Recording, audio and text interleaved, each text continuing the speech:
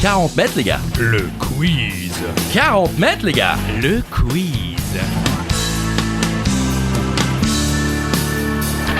Seul ou à plusieurs, à la maison pendant l'apéro, sur la route du travail ou en direction. Le quiz. D'accord. Bah ouais, activez un peu maintenant, il y en a marre.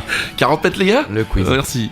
Ça va, tout va bien. Bonjour Christophe Ajus. Bonjour Charlie Weber, bonjour à toutes et à tous. Des questions, des réponses, des infos utiles et inutiles, c'est 40 mètres les gars. Ouais. Question Twiz ou changer, arrêtez de nous bassiner maintenant, vous connaissez les règles. Et le Joker, c'est encore un hommage à Always Sunny, parce que je me retape Comme la toute la semaine série dernière, sur ouais. Disney+. God damn it. God damn it. C'est Ouais, Deandra pas te dire ça. Reynolds. Oh, c'est beau. Allez voir cette série, vraiment, si vous ne la connaissez pas, elle est formidable. Bon, on est de retour pour un nouvel épisode, et c'est Culture G. Bah pour allez, changer. vas-y. Allez, on fonce. Et on n'a jamais été aussi rapide, hein. Vraiment. Si, malheureusement. mais Allez. pas trop plus. On va commencer avec une phobie, ça faisait longtemps. Ouais, La tyrophobie, vous connaissez ? non, Est-ce que vous êtes tyrophobe ?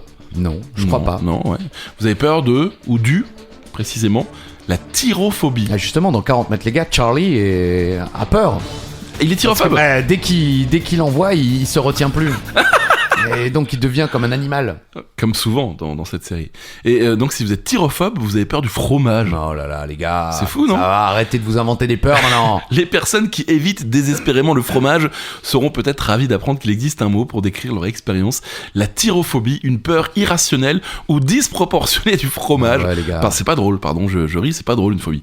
Ce terme est formé de tur ou de tyre, plutôt une variante du grec tyros, fromage, et de phobie, bien sûr, une forme combinée de signifiant peur, elle-même issue du grec phobos. La France est le pays qui compte la plus grande diversité de fromages avec plus de 1000 variétés.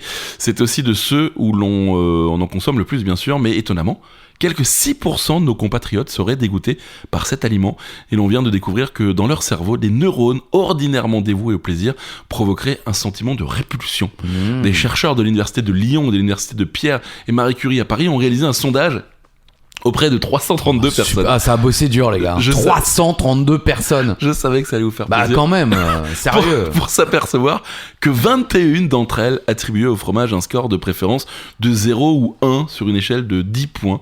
Autant dire qu'il en était franchement dégoûté et il ne pouvait pas le manger ni le sentir. Ouais, Mais c'est ça, c'est- un peu abusé, quoi. Je veux dire, effectivement, tu peux ne pas aimer. Oui. Je veux dire, j'aime pas le foie, par exemple, mais c'est pas pour autant que j'ai la phobie du foie de veau, quoi. Écoutez, une phobie, ça ne s'explique pas. Bah, d'accord, mais enfin, là, eux essayent de l'expliquer. Excusez-moi, c'est connard. Oh, on commence fort. La tyrophobie, vous avez peur du fromage. Question numéro 2. Depuis le début de l'année, vous pouvez suivre les nouvelles et anciennes aventures de Dexter dans Les Origines. On y retrouve Christian Slater, Patrick Dempsey ou encore une comédienne connue pour son rôle dans une série culte de la fin des années 90, début 2000. De qui s'agit-il ? Très très bien. La série ? La série exceptionnelle. Eh ben ça, par exemple, j'ai pas vu, moi. Eh ben, pour les fans de Dexter, on retrouve vraiment, on a l'impression de revivre Dexter. Ce D'accord. sont les débuts, en quelque sorte, de Dexter. D'accord. C'est quand il se fait engager dans les la services police. de police, Ouais. effectivement, qui débute sa carrière de technicien Ouais, scientifique ouais. dans la police. Et sa boss, sa patronne, Oui. c'est Sarah Michelle Gellar. Ah oui, bien sûr. Classique. Dexter, les origines. Dexter, Original Sin, est une série télévisée américaine créée par Clyde Phillips et diffusée en 2024. Il s'agit d'un préquel de la série télévisée originale Dexter 2006-2013. C'est les dates de vie et de mort de la série. Ok. Spoiler, Mort. Dexter meurt pas. Ok. Qui explore les premières années de Dexter Morgan, le personnage créé par Jeff Lindsay. 15 ans avant la série originale, 3e série de la franchise Dexter. Oh. Cette série explore sa transformation en tueur en série. Patrick Gimson tient le rôle principal. Michael C. Hall, qui l'incarnait dans la série originale, et dans Dexter New Blood, qui était sympa, mais moins, Ouais. n'est ici présent que de manière vocale et comme producteur. Ah, d'accord. La Mais thune. vraiment, La on thune. retrouve, c'est exactement la même série. En plus, les acteurs, ils ont pris des acteurs qui ressemblent Ah, ça j'aime bien. aux Ah, ça, acteurs j'aime bien. plus tard. Ça j'aime bien. Mais sauf qu'ils sont plus jeunes. Oui. Et à noter que l'on retrouve aussi Christina Milian. Oh, Vous connaissez bien sûr. La moi, femme. moi, je savais pas. Ah oui, elle Mais vient on m'a sou- dit, mais c'est la fan de M. Pokora. Et elle vient souvent manger Notre- à Souffel Weiersheim, cette dame. Hein. Ouais. Ah si, bah, je vous c'est vrai. Mais bien, Elle va à la carpe, bien sûr. À la carpe, pardon. Bien oui. sûr. Oui, c'est notre M. Pokora régional et national qui vient manger parfois à effectivement à la carpe à Souffelweyersheim, la carpe ouverte du lundi au lundi, parce qu'il ferme assez régulièrement. Quand même. Et c'est toujours complet. Quand on appelle, on peut... Ah non, désolé. Non, désolé, il y a Poco qui est là. Et Christina, parce que elle vient manger des bouches à la reine, là. Ah ouais, qu'est-ce pour projeter? Allez. Question numéro 3. God damn it! God damn it! Pas mal. C'était un Là, peu il est hurlé, plus mais... aigu, non, c'est bien. Question expression, j'aime bien, vous le savez. Quel nom de ville est à l'origine de l'expression synonyme de se faire virer? Ouais, ça... Je crois que même on l'a déjà dit. Ah bon, je suis pas sûr. Ouais. Se faire virer, il y a une expression, se faire... Oui, parce qu'avant, on envoyait cette personne dans cette ville. Exactement, bon, on l'a peut-être déjà posé. Non, mais bon, en tout cas, je le sais. Et voilà, ça tartine sa culture. Ouais. Limoges. Limoges. Se faire limoger. Eh ouais. Cette expression a vu le jour au début de la Première Guerre mondiale, la guerre 14-18, pour ceux qui ne savaient pas. Oui. Après les premières défaites françaises, le général Joffre, commandant en chef des armées, avait décidé de relever de leurs fonctions plusieurs officiers qu'il jugeait peu capables de commander. C'est-à-dire qu'ils étaient nuls. Okay. Ils avaient alors choisi de les envoyer dans des régions éloignées du centre décisionnaire de Paris et moins exposées au combat, en particulier à Limoges et dans ses alentours. Ouais, vous avez du mal avec les ou. Les ou et les u, c'est compliqué. Plus d'une centaine d'années Aïe, du haut aïe, aïe, aïe, voilà. aïe. Plus d'une centaine d'années, plus d'une centaine de hauts gradés. Plus d'une centaine de hauts gradés ont ainsi tenu de séjourner à l'écart du front. Voilà. Le néologisme « limoger un soldat » est ensuite entré dans le langage courant pendant la Grande Guerre. Donc se faire limoger, c'est parce qu'on envoyait les personnes nulles à Limoges. À Limoges, voilà. Question numéro 4. On a déjà parlé de l'instrument de musique le plus vendu au monde. Oui. Mais je crois qu'on n'a jamais parlé de l'instrument le plus vieux du monde. Vous avez une idée? Oui. Bah ok. Le tambour? Ça aurait pu, effectivement, avec des peaux d'animaux. Exactement. Mais là, c'était plus avec... des os. Leurs os, exactement. Mais je voulais pas faire du... On peut faire plusieurs trucs avec des os. Mais là, en l'occurrence, c'était une flûte. Oui. En Allemagne, des archéologues ont mis au jour des morceaux de flûte. Avec leurs 35 000 ans, ces instruments datent de l'époque où l'homme moderne côtoyait les Néandertaliens et repousse les traditions artistiques bien avant l'apparition de l'agriculture. L'instrument a été taillé dans un os de vautour et comporte 5 trous. À l'extrémité, une encoche servait manifestement à placer les lèvres. Les archéologues ont remarqué de fines entailles au droit. Comment ça, au droit? Au dos. Au dos, vous croyez? Peut-être, des entailles au dos de chaque trou. Au droit, peut-être à droite, de chaque trou, et suppose qu'il s'agit de marques ayant servi aux fabricants à repérer les endroits où devaient être réalisées les perforations. Peut-être alors. Une autre flûte, réalisée dans un os de cygne, plus petite, ne comportait que 3 trous. Mais donc 35 000 ans. C'est dingue, hein. Il y a 35 000 ans, un mec cassait déjà les oreilles, quoi. Il s'est dit... Avec la lettre à Élise. Non, à Thérèse. Ah oui, pardon. Pour ceux qui suivent les épisodes anciens, c'est fou. Mais il y a toujours, moi je me pose toujours la question, à quel moment le mec se dit, tiens, je vais prendre un os de vautour, je vais souffler dedans, je vais faire des trous. Grave. C'est fou, non? Effectivement. Bah, c'était certainement peut-être en... Ils ont dû un jour aspirer la moelle. Fait... Oh purée, il y a un bruit. J'ai... Pas mal. Ah oui, moi je fais la traduction. Il y a des trous. Alors il y a des trous, ça suffit. Si on faisait des trous pour voir si ça fonctionne. Et pourquoi tu parles comme une tarée, Jean-Claude? Je sais pas, je m'étouffe. J'ai un os coincé. Ah oui. J'ai un os coincé. Pardon pour cet instant de magie radiophonique. Vous êtes toujours devant 40 mètres, les gars. Le quiz. C'est de la merde. Il y a des moments comme ça un peu hors du temps. On vient d'en vivre. Hein. Ah, oui. Super. Quel est le seul organe humain qui peut repousser, Christophe? La... Vous n'aimez pas le manger. Voilà, sachez-le, petit indice. Moi, en l'occurrence. Moi non plus. Je parle pas de vous. Non, oui. Je n'aime pas manger ça non plus. Alors certainement pas celui qui vient d'un humain, comme pouvait le faire peut-être Hannibal Lecter. Ouais. Voilà, avec un bon Chianti. Le foie. Le foie est capable de régénérer ses cellules même après une perte importante de masse. Il suffit qu'il en reste au moins 25%. Et ça nous rassure un petit peu. Ouais. Il peut se reconstruire presque entièrement tout seul en quelques semaines. Oui, franchement bravo. Ah ouais. On peut l'applaudir. DIY.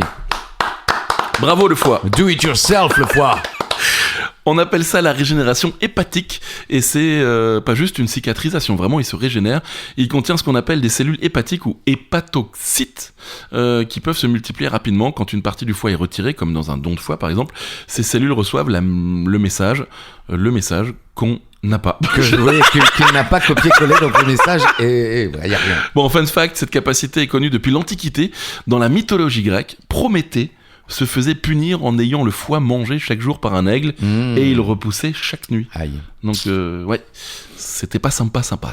Question numéro 6. Charlie, music. Show me that smile.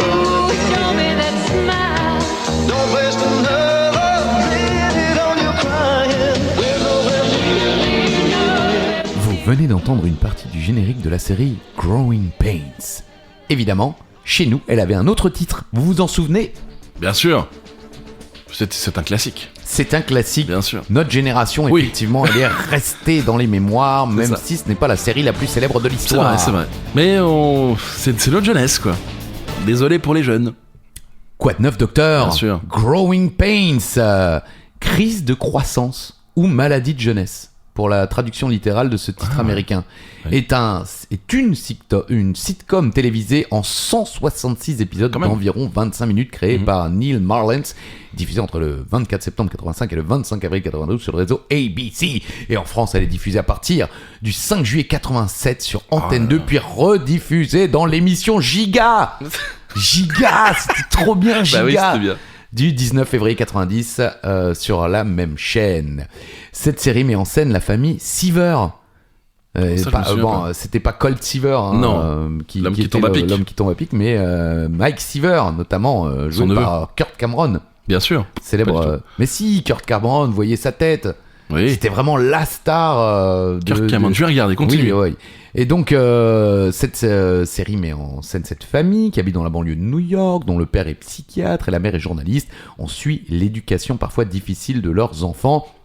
Le rôle principal de Dr. Seaver, c'est Alan Thicke. Ça vous dit Ah oui, rien bien sûr, Alan Thicke, bien sûr. Non, mais Kurt Cameron, Si, non si, Ah, bien maintenant, sûr. Vous voyez sa tête. Bien sûr.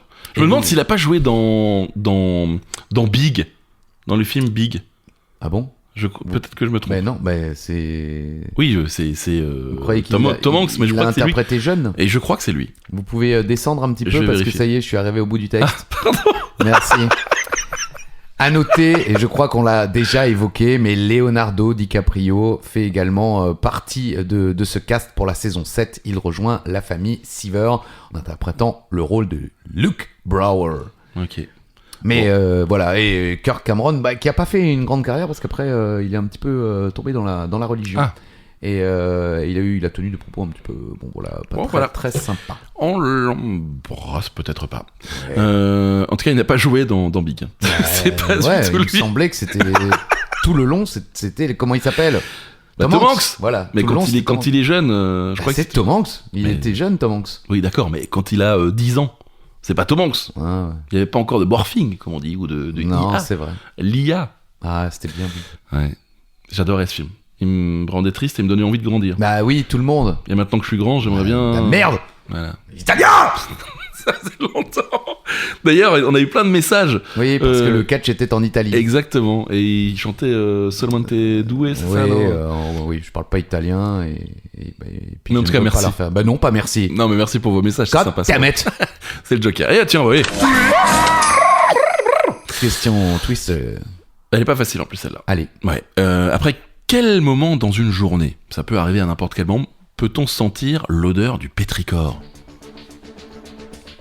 Le pétrichor. Vous avez Non. tous senti cette odeur au moins une fois dans votre vie. Et ça sent, c'est plutôt agréable comme moment. C'est une question un peu du moment en plus. Ça sent le printemps, ça sent l'été. C'est l'odeur après la pluie. Vous aimez bien cette odeur? Je m'en fous. Non. Super. Cette odeur caractéristique. Ah ouais, non, mais c'est pas, oui, Oh, l'odeur des prés, tout ça. Pétrichor, mais c'est non, mais quand il pleut, Non, vous non, savez, mais quand il- j'ai bien compris. Ouais. Mais je vous dis, moi, l'odeur des prés, l'odeur de la forêt. Vous aimez vous, c'est le. c'est Moi, le- je veux un canapé et une télé, c'est tout. Voilà. Et puis une autoroute à côté, histoire de sentir un petit peu le gaz d'échappement. Comme C'est dit, ça que vous voulez. Je sais plus qui c'est. Bon, je ne sais plus comment s'appelle cette actrice, Oui. mais elle est célèbre dans Bref de comptoir. D'accord. Moi, je m'en fous de sauver la nature, j'ai même pas de jardin. Bravo. Voilà. C'est bien. Allons-y. Cette odeur caractéristique typique de l'été et des températures élevées est nommée pétrichor, un néologisme créé à partir du grec ancien qui signifie sang de pierre. Beau, hein. Ce sont deux scientifiques australiens, la chimiste Isabelle Joy Beer et le minéralogiste Roderick G. Thomas. En l'occurrence, pour la pauvre Isabelle Joy Beer. Pardon. Eh oui. Pire, parce que j'ai soif. Qui en 1964 publie dans la revue Nature les mécanismes chimiques à l'œuvre et le lien entre chaleur, pluie et plante. Le pétrichor, donc cette odeur, est due à plusieurs facteurs parmi lesquels on retrouve une huile végétale sécrétée par les plantes pour se protéger lorsque le temps est trop chaud. Cette huile végétale s'accumule rapidement sur les feuilles d'abord, mais aussi dans les roches poreuses, voire le bitume qui recouvre les routes. Lorsque la pluie se met enfin à tomber, c'est cette huile végétale longtemps accumulée qui se trouve libérée. Les premières gouttes de pluie en venant s'écraser sur le sol se vaporisent sous forme d'aérosol, emportant avec elle une partie de la sève végétale et la libérant dans l'air. L'odeur de pétrichor n'est pas uniquement due à cette huile végétale, mais également à un autre composé nommé géosmine. Pas facile, dites-le, géosmine. Géosmine, ça Oui, va. c'est facile. C'est à cette molécule que l'on doit la fragrance terreuse et musquée qui s'élève du sol, encore chaud après la pluie. Elle est produite par de très nombreux micro-organismes présents dans le sol, essentiellement les actinobactéries et la cyanobactérie tellurique, bien sûr. C'est notamment ce composé organique volatile qui donne à la terre labourée ou mouillée son odeur particulière. Ouais. Voilà. C'est un peu long quand même. C'est un peu long, mais c'est intéressant. Non. Oh, si, Allez, si, question numéro 8. c'est vrai. Question numéro Non, 8, mais merci. beaucoup de gens ont dû se poser la question Bah oui. et ils ont désormais une réponse. Ils vont Pétrichor. devoir écouter une bonne quinzaine de fois avant de comprendre ce que vous avez tenté vous-même de déchiffrer. Voyou. Charlie, musique. Bravo, tu as gagné. Eh oui. Moi j'ai tout perdu. Je vois la joie sur votre visage. C'est j'adore. votre Clara adorée, mon cher J'adore, Charlie. j'adore. Alors évidemment, c'est une reprise d'ABBA. Oui. Mais il y a une autre chanteuse qui a repris ce titre avant votre Clara d'amour. Laquelle ? Je savais. Oui, je crois que même on l'a déjà posé. Ah non, je crois pas. Non, sérieusement, je ne pense pas. En plus, elle l'a chanté quand je l'ai vue en concert au Zénith de Strasbourg. C'est vrai ? Bien sûr. Et elle a Magnifique. dit c'est pour toi, Charlie. Oui. Pas du tout. Alors c'est Mireille Mathieu. Bravo, tu as gagné. Oh, il y a tout de suite plus d'énergie. Moi j'ai tout perdu. C'est tellement t'aimer. Ah oui. Ah là, c'est presque beau. Bravo, tu as gagné. Et donc une chanson de la chanteuse française Mireille Mathieu, sortie en France en 1980 chez Philips. C'est une adaptation française du groupe ABBA, Oui. The Winner Takes It All, Très belle chanson. d'ailleurs. sur des paroles de Charles Level. Charles Lebel. Cette version française est donc reprise par Clara Luciani en 2022 sur Cœur encore, la réédition de son album Cœur. Ouais, très bon album. Cœur sur Charlie. Et dans la Mais réédition de cette. son producteur a dit non, on va juste mettre Cœur. Oui, parce que sinon ça va pas se vendre. Surtout qu'elle est en couple avec le chanteur de Franz Ferdinand et qu'elle a un petit garçon. Ok, cool. Voilà, vous savez tout. Bon, on est ravis pour elle. Et sur l'album. Pro. Oui, merci. Bah oui. non. Cœur encore, il y a le titre Mon ombre, Mhm. qui est une merveille. D'accord. Plus belle chanson de Clara Luciani. Allez l'écouter. Question 9. Question numéro 9. C'est écrit. Hein. Pardon. Question ciné pour cette question numéro 9. Quel acteur a interprété le rôle de Charles Aznavour au cinéma dans le biopic Monsieur Aznavour ? Vous le saviez ? Oui. Bah quand même. Mais j'ai pas vu. Moi non plus, mais à ce qui paraît, c'est assez incroyable.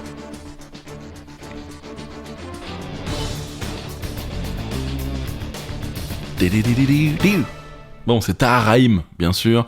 Tahar Rahim qui vient régulièrement chez nous, à Strasbourg. Puisque, Ah bon ouais. Pourquoi En fait, sa famille vient de Belfort, du coin de Belfort, mais ils ont quasiment tous déménagé à... Ah, ils ont à raison, Strasbourg. évidemment.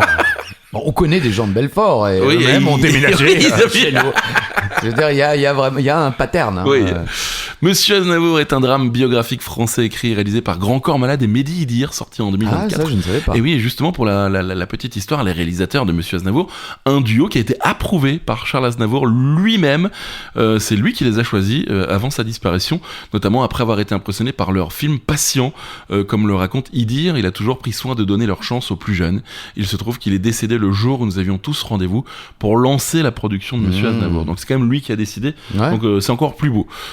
Donc c'est réalisé par Grand Corps Malade et Mehdi Idir. Il s'agit d'un portrait de Charles Aznavour retraçant son ascension à partir des années 50. 1 878 000 entrées quand même. Pas Ouais, mal. c'est pas beaucoup Oui, pour ça aurait mérité, la légende qu'était Charles Aznavour, mais Et Tahar Rahim raconte être sorti du tournage lessivé mais heureux même. Il avoue, c'est le rôle de... dès qu'il y a plus d'une lettre à côté d'un U, Oh, là, vous ça êtes va. perdu. Mais c'est vrai, c'est fou. Vous hein. êtes peur d'eux. Perdo. C'est le rôle de composition le plus complexe que j'ai eu à jouer. J'étais habité par un mélange de soulagement et de nostalgie quand le tournage s'est achevé. C'est la plus belle aventure humaine que j'ai vécue sur un plateau. Ouais, Il le- bon, non, mais- ce genre de déclaration au prochain film, il nous sortira la même chose. Non, vraiment, j'ai vu des interviews de lui en Oui. filmé. D'accord. Et il a été vraiment perturbé. Ok. Ouais, mais ça me donne envie de le voir.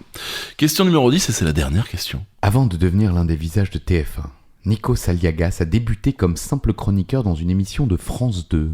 Quel était le titre? Tu regardais ça, c'était les samedis soirs, Ouais, en dehors. 18 ou 19h, je sais plus. En access, Ouais, exactement. comme on disait à l'époque. Ou non, on dit maintenant. À l'époque, on disait pas ça. On sait pas. Non. Début de soirée, Voilà, et tu exactement. chantes, danses au bout de la nuit, des flashs. En musique funky. il y a la basse qui frappe, la guitare qui flatte. C'était Union Libre. Union Libre était donc une émission de télévision créée et animée par Christine Bravo et diffusée sur France 2 du 3 octobre 98 au 29 juin 2002. Cette émission a eu un remake en 2005 nommé Encore plus Ah oui, c'est libre. vrai. D'abord présenté par Nagui et puis Karine Le Marchand. J'avoue que j'avais un petit peu oublié ça. Oui. Le principe, un groupe de chroniqueurs qui représentent chacun un pays différent de l'Union européenne se présente une particularité ou une nouveauté de leur patrie. Moi j'aimais bien, moi. Ah, c'était très divertissant, effectivement. Ouais. Il y avait Ray Cox. De l'anglais. Qui a pendant une partie, oui, effectivement, Ouais. représenté l'Angleterre. Et en effet, Union Libre présentée donc par Christine Bravo, qui a vu les débuts de Nikos Nikos Aliagas. Aliagas. Il y avait également l'Italien, qui a fini par gagner Nice People sur TF1. Ah oui, et avec la les carrière, lunettes, le grand, là, ouais, je me ouais, souviens. plutôt beau gosse. Je Ouais, sais pas il s'il était avait des lunettes. Je crois qu'il Italiens, avait les Italiens. il avait les cheveux un peu mi-longs. God damn it! C'est trop tard. C'était le Joker. Bon, merci à tous de nous avoir suivis pour un nouvel épisode de 40 mètres, les gars. Quiz. On reviendra la semaine prochaine. Sans doute. Et franchement, je trouve qu'on tient bien, là. Bah oui, 10 questions, c'est un peu plus facile. Après, effectivement, faut trouver le temps. Oui, c'est ça. Et on le trouve pour vous, les amis, Ah puisque- ouais. puisqu'on vous aime. Eh ouais, on veut de la Voilà, thune. de Et la vous thune. n'aurez jamais de cadeaux, jamais de Jamais. chocolat, jamais de goodies. Oh, regarde, il y a des Il y a claques des doigts. claques doigts. Ouais. Je peux en essayer un? Non, Allez. mais ça va brûler après. Ça Bon, allez, brûler essayez, prenez-en un. Allez, on va finir là-dessus. Ça va me faire mal? Non. Ah non, mais il faut les ouvrir. Bah oui, mais ouvrez-en un, allez. Non, Allez. Non. Attends. Merci d'être toujours là. Il va claquer un claque-doigt entre ses doigts. Ah non. Ah bah si. Si? Bah bien Ça sûr. fait mal, mais non non, ça fait pas Je mal. vais aller à l'hosto. Oui. On va vivre ça en direct, les amis. Attention. Ça fait mal? Non. C'était 40 mètres, les gars. Alors, ça claque qu'une Ça fois. claque qu'une. Bah oui. À bientôt. Ah, merci. Bisous. Bonsoir.